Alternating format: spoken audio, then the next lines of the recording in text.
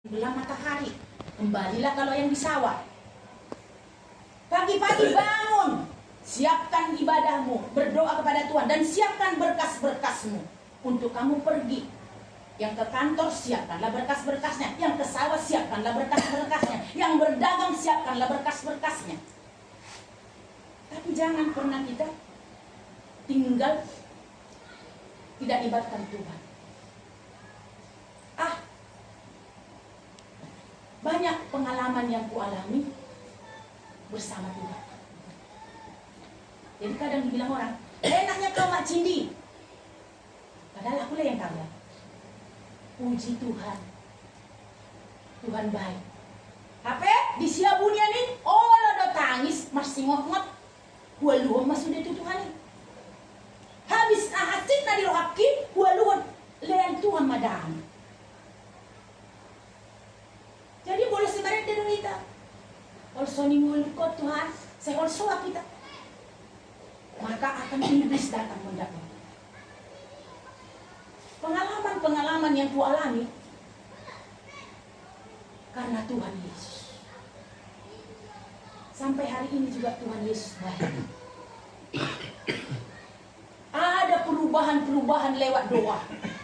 Ada perubahan-perubahan lewat bersekutu dengan Tuhan. Bukankah dikatakan di Yeremia 29 ayat 11? Mari kita buka bersama-sama. Yeremia 29 ayat 11. Demikian firman Tuhan. Sebab aku ini mengetahui rancangan-rancangan apa yang ada padaku mengenai kamu. Demikianlah firman Tuhan, yaitu rancangan damai sejahtera dan bukan rancangan kecelakaan, untuk memberikan kepadamu hari depan yang penuh harapan. Dia bilang di sini apa?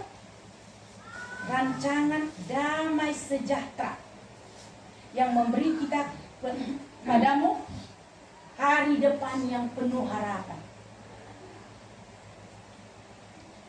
Contoh, adakah seorang istri berpengharapan hanya kepada suami yang seorang PNS? Selesai dia PNS, gaji dipotong semuanya, tinggal gaji pokok. Kalau ada hutang di bank, sisa hutang, apakah kita bisa berpengharapan terus kepada suami? Atau gaji suami kita hebat? Apa bisa kita hanya itu yang kita andalkan selain berharap kepada Tuhan? Jangan banggakan hartamu. Jangan banggakan pangkatmu. Jangan banggakan kedudukan anak-anakmu. Tidak ada artinya di hadapan Tuhan. Tapi banggakanlah Tuhan di hidupmu, muliakanlah Dia di hidup kita. Aku selalu bilang, mau didengar anak-anakku mau tidak, selalu bilang, mama ini setiap bangun pagi berkhotbah, setiap bangun pagi berkhotbah. Anak-anak zaman sekarang kan? Saya bilang, anak-anakku cari dahulu kerajaan Allah dan kebenarannya, maka semua akan ditambahkan kepadamu. Selalu. Kalau udah bilang di mana? Nah, ini berkhotbah aja terus main. Masih kita kasih aja firman-firman Tuhan, dia tidak mendengar. Apalagi kita tidak kasih. Jangan Bapak Ibu kira, aman-aman kok anakku, sekalipun dia nggak beribadah, sekalipun dia nggak ini. Doaku, seisi rumahku boleh datang memuji dan memuliakan Tuhan. Karena aku percaya ketika itu firman Tuhan. Ketika seisi rumah kita datang menyembah Tuhan, Tuhan yang hidup dan benar, maka semua anak-anak kita, anak cucu kita pasti diberkati. Kata firman Tuhan itu bukan kata saya. Nabi bilang di Yeremia ini, sebelum lahir, sebelum apa-apa, pengumuman panah KCK ini kemana? Tujuan kita membentuk ini apa? Apakah hanya kumpul-kumpul duniawi? Tapi ada pertumbuhan rohani di pengumuman kita ini. Ada kasih satu dengan yang lain. Dibuang dari kita iri dengki. Kalau saya salah ingatkan, tapi tidak menjadi perguncingan. Yang diguncingkan itu sangat sakit. Tambahlah nanti A-nya jadi sampai ke O. Mari ibu-ibu belajar men-skip segala hal yang ada di luar. Satu contoh, kalau kita dengar anak orang sono, tutup di dirimu berdoa. Anak si anu ini Tuhan Tuhan tolong, Tuhan berkati, Tuhan ini. Jangan lagi panjang ke sana kemari. Aku dengar suami si anu segini gini. Stop. Saya dulu karena bapak dulu waktu nulis itu di bagian Pomal. Jadi istri-istri angkatan laut itu banyak yang bermasalah. Angkatan laut itu banyak yang bermasalah. Dia cerita sama saya. Tapi saya tidak pernah cerita kepada orang lain. Saya tahu siapa-siapa yang di belakang itu. Tapi saya tidak pernah. Cukup saya mendengar dan saya simpan di dalam hati. Nah, itu bagi kita. Di kaum Bapa juga di dalam perkumpulan. Bisa dirikan perkumpulan yang menyenangkan hati Tuhan. Memang di dunia ini kita masih perlu bersosialisasi. Inilah gunanya kita bersosialisasi. Apa untungnya kita bersosialisasi ini? Satu, mendengarkan kebenaran firman Tuhan. Tidak cukup hanya mendengar. Mari kita bersama-sama belajar. Tidak cukup hanya belajar. Mari kita bersama-sama praktekkan. Tidak cukup hanya praktek. Mari kita bersama-sama menghasilkan buah. Buah apa?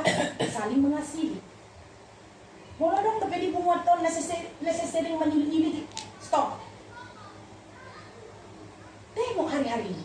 Mari kita lihat Bapak Ibu hari-hari ini. Bukan semakin baik, semakin jahat. Kalau sampai terjadi perang dunia ketiga, Indonesia bakal dampak yang paling luar biasa. Mari kita berdoa. Kata Tuhan, doakanlah kotamu di mana kamu tinggal, agar hal itu dijauhkan dari kita. Dan kita doakan mereka juga yang berseteru. Bukan berarti Palestina, matikanlah Palestina. Tidak. Kita berdoa bagi Palestina, kita berdoa bagi Iran, kita berdoa bagi Israel, kita berdoa bagi Amerika. Kenapa? Karena itu kata Tuhan. Itu nanti urusan Tuhan. Mau Tuhan buat bagaimana? Itu urusan Tuhan. Kita umat-umat Tuhan berdoa. Biar kita juga aman dalam perlindungan Tuhan. Nah, demikian juga ayat yang mendukung Roma 8 tadi, ada juga yang mendukung tentang Yusuf 50 ayat 20. Kejadian 50 ayat 20. Maaf Bapak Ibu, ini pun kacamatanya sudah mulai apa? Kejadian 50 ayat 20 yang mendukung ayat firman Tuhan tadi.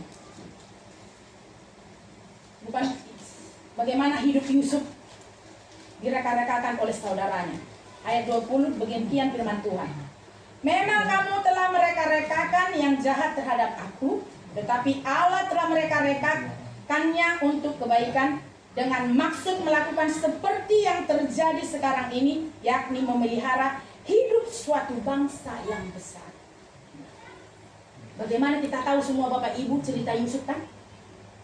Mereka dimusuhi dengan saudaranya karena dia lebih disayang oleh bapaknya, dan dia dijual ke Potifar, dan dia juga jadi di penjara di istana Potifar. Tapi Tuhan angkat dia kan untuk suatu bangsa. Banyak kadang kita, jangan pernah kita mereka-rekakan yang jahat kepada saudara kita. Satu contoh kemarin itu, masih dalam keluarganya, masih satu darah, satu perut, satu ibu, satu bapak. Kita kan ada WA group. Sebenarnya kita tidak menyinggung siapapun dalam perkataan itu, tetapi merasa dia tersinggung. Padahal kita untuk memberikan ajuan. Nah, saya bilang, langsung kata seseorang ini, percumanya kamu berdoa. Langsung saya jawab, kalau kakak seperti itu ngomong, kakak percuma markur, tapi tak sedikit pun kakak katakan firman Tuhan itu. Saya tidak pernah menyinggung, tapi itu fakta di lapangan. Ketika masih ini, kita ini. Ketika masih ini, kita ini. Nah, akhirnya saya bilang, bertobatlah. Saya juga orang yang bertobat. Saya juga mau belajar. Kita sama-sama belajar. Ya puji Tuhan, biasanya kalau tersinggung ini, sepanjang apa? Nggak pernah ditegur. Ya puji Tuhan, kemarin kami pesta. Enjoy. Oh, berarti ada perubahan. Nah, itu yang perlu. Kalau ada Bapak Ibu yang masih gampang tersinggung, bertobat. Saya dulu gitu juga, tapi saya bertobat. Mari berdamai dengan sesama. Berdamai. Jangan pernah seperti Yusuf ini. Sakit kali kan dibuatkan. Kalau kita dengar cerita Yusuf, memberikan pengampunan. Dia tidak saudaranya mereka rekakan yang jahat, tapi dia mereka rekakan yang baik. Pas kelaparan di Mesir, dia yang menolong saudara. Dan dia yang memberkati saudara-saudara. Mari hidup kita menjadi berkat bagi saudara kita, bagi sesama, bagi keluarga khususnya. Gak usah dulu kepada orang lain, bagi keluarga. Banyak kita ini keluarga yang masih cekcok. Benar apa tidak Bapak Ibu yang dikasih dalam Tuhan Yesus? Itu kenyataan hidup. Tapi kalau kita tidak bisa berdamai dengan diri kita sendiri, kita tidak akan bisa. Saya selalu berdamai dengan diri saya sendiri. Siapakah aku ini Tuhan? Aku orang berdosa. Itu tadok pemasongan ini sedoa Tuhan. Aku pehalak nama dosa do. Tapi jangan banggakan dirimu. Dia yang bikin aku begini, dia begini. Ayah kamu ditijuri. Ini masih darahku sendiri. Persoalan ini dibuat hal duniawi yang luar biasa. Yang tidak pernah seperti itu, jadi seperti itu. Tapi cuma satu doa. Kalau memang dia berkat anakku, jodoh anakku, tunjukkan. Kalau memang tidak lagi Tuhan, jauhkan sejauh-jauhnya. Seminggu kemudian dia datang minta maaf. Itu karena siapa? Karena doa. Kulepaskan pengampunan Tuhan. Sakit Tuhan, sakit. Itu luar biasa. Ini bukan hanya kata-kata atau karangan. Ini ku alami sendiri di hadapan Tuhan. Jadi mari. Jadi kalau ada yang punya mantu ya, jangan kita pernah sirik dengan anak-anak kita. Kalau kurang apa anak kita itu, parlemen kita itu, mari kita bimbing. Ini pesan. Jangan sampai kita merusak keluarga rumah tangga anak-anak kita oleh karena ego kita. Jangan. Mari tetap libatkan Tuhan. Aku karena libatkan Tuhan. Terus itu doa. Kalau memang jodohnya dia Tuhan. Kalau orang sudah panas, oh ginilah begini, langsung begini.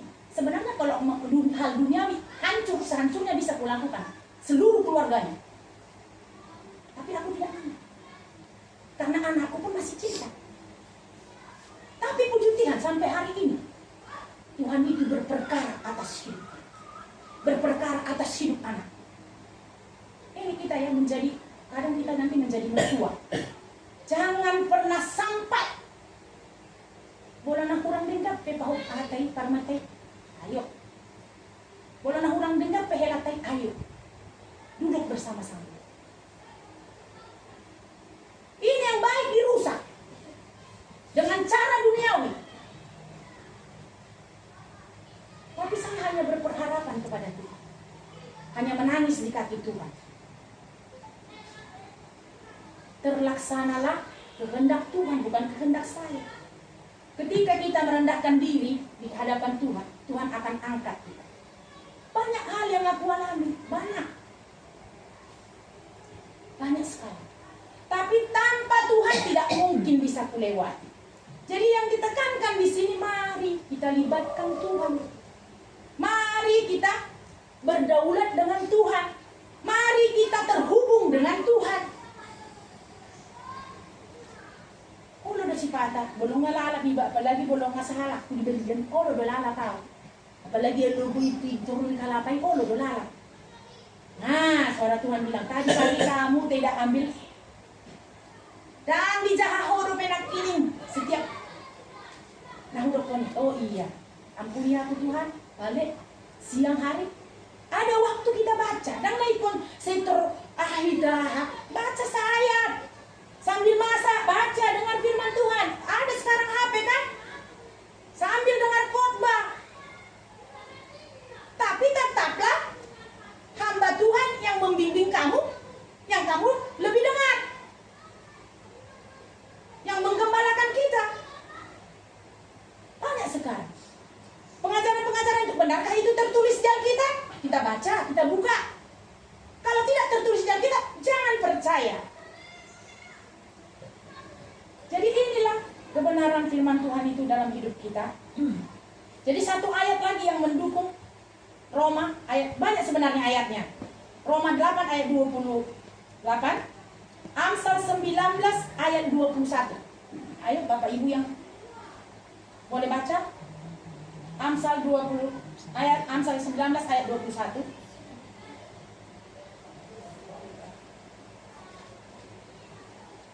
Mari sama-sama kita belajar.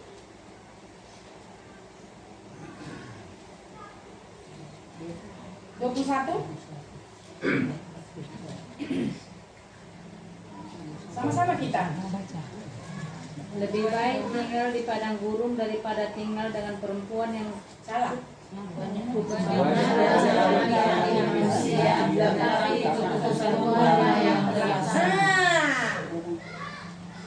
Banyak kan rancangan di hati kita, tapi tanpa keputusan Tuhan tidak akan terlaksana.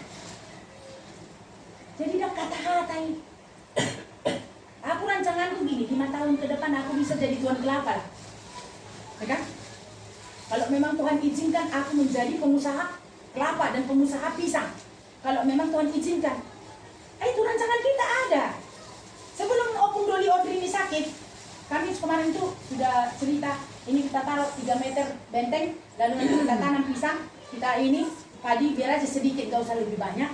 Tapi rancangan kami, bukan kehendak kami kan, kehendak Tuhan kan, sakit. Jadi Tuhan itu bukan jahat. Tuhan tahu yang terbaik bagi kita. Jadi apa menjadi cita-cita anak-anak kita? Hai anakku, kalau kau mau ini apalagi siap dan punya, mau tes rencananya. Tadi saya bilang, segala sesuatu andalkan Tuhan. Kalau memang Tuhan izinkan kau di situ, pasti Tuhan buka jalan. Tapi kalau memang Tuhan belum izinkan kau di situ, Tuhan buka jalan lain-lain. Itu aja. Jangan kita paksakan dia push begini tidak. Apa keinginan anak kita ikuti. Tapi kita arahkan. Bukan berarti kalau bandel dia kita ikuti, tidak. Udah 2 kali dia tes, 3 kali ya. Tapi saya percaya.